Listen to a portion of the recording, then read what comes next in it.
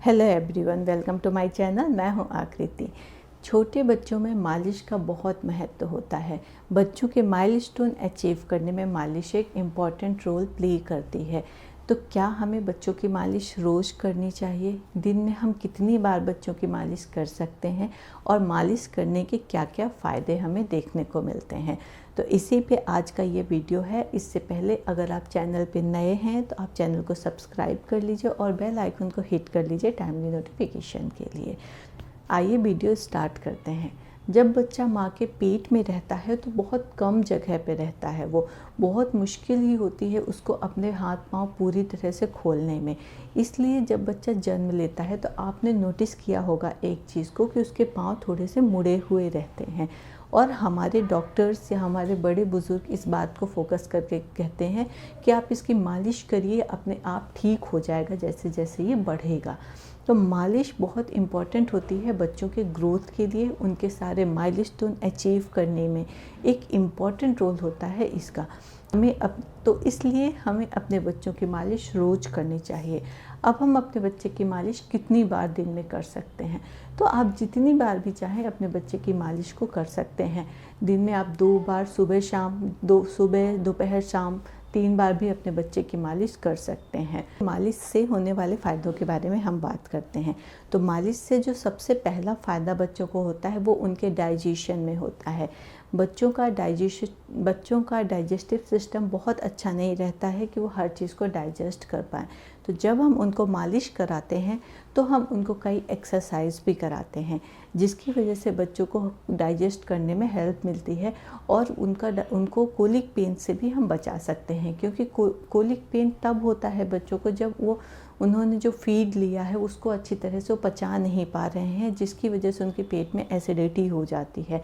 और जब हम उनको मालिश कराते हैं तो उनके पेट में जो एसिडिटी होती है वो निकल जाती है और उनको काफ़ी आराम भी मिलता है। तो मालिश का पहला फ़ायदा है डाइजेशन में, और कोलिक पेन से बच्चों को बचाने के लिए भी मालिश बहुत इंपॉर्टेंट होती है। मालिश जो होती है बच्चों के वेट गेन में भी एक इम्पॉर्टेंट रोल प्ले करती है।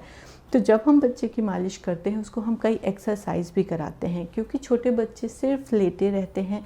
इस पर वो बच्चे जो 3-4 महीने के वो सिर्फ लेटे रहते हैं, वो अपने आप करवट भी नहीं बदल पाते, जिसकी वजह से उनकी जो फिज़िकल एक्टिविटी होती है वो काफ़ी कम हो जाती है और उनको भूख नहीं लगती है उतनी ज़्यादा। लेकिन जब हम उनको मालिश कराते हैं तब उनके हाथ पाँव को ऊपर नीचे करते हैं, इससे उनका डाइजेशन भी अच्छा होता है और उनको भूख भी अच्छी लगती है।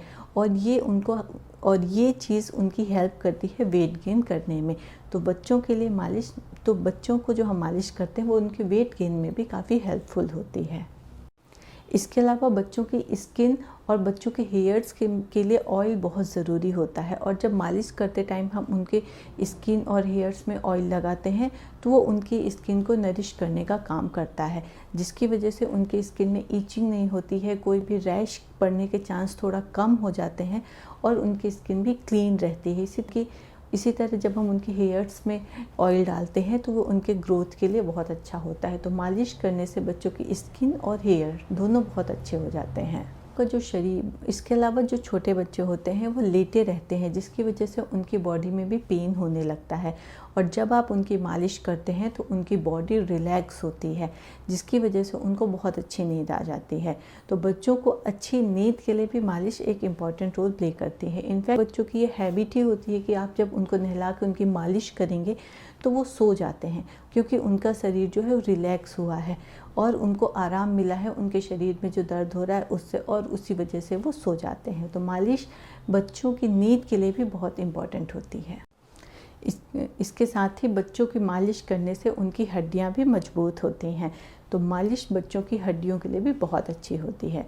तो दोस्तों, ये कुछ ऐसे फ़ायदे थे जो मालिश से हमें देखने को मिलते हैं, इसलिए आपको अपने बच्चे की मालिश रोज़ करनी चाहिए।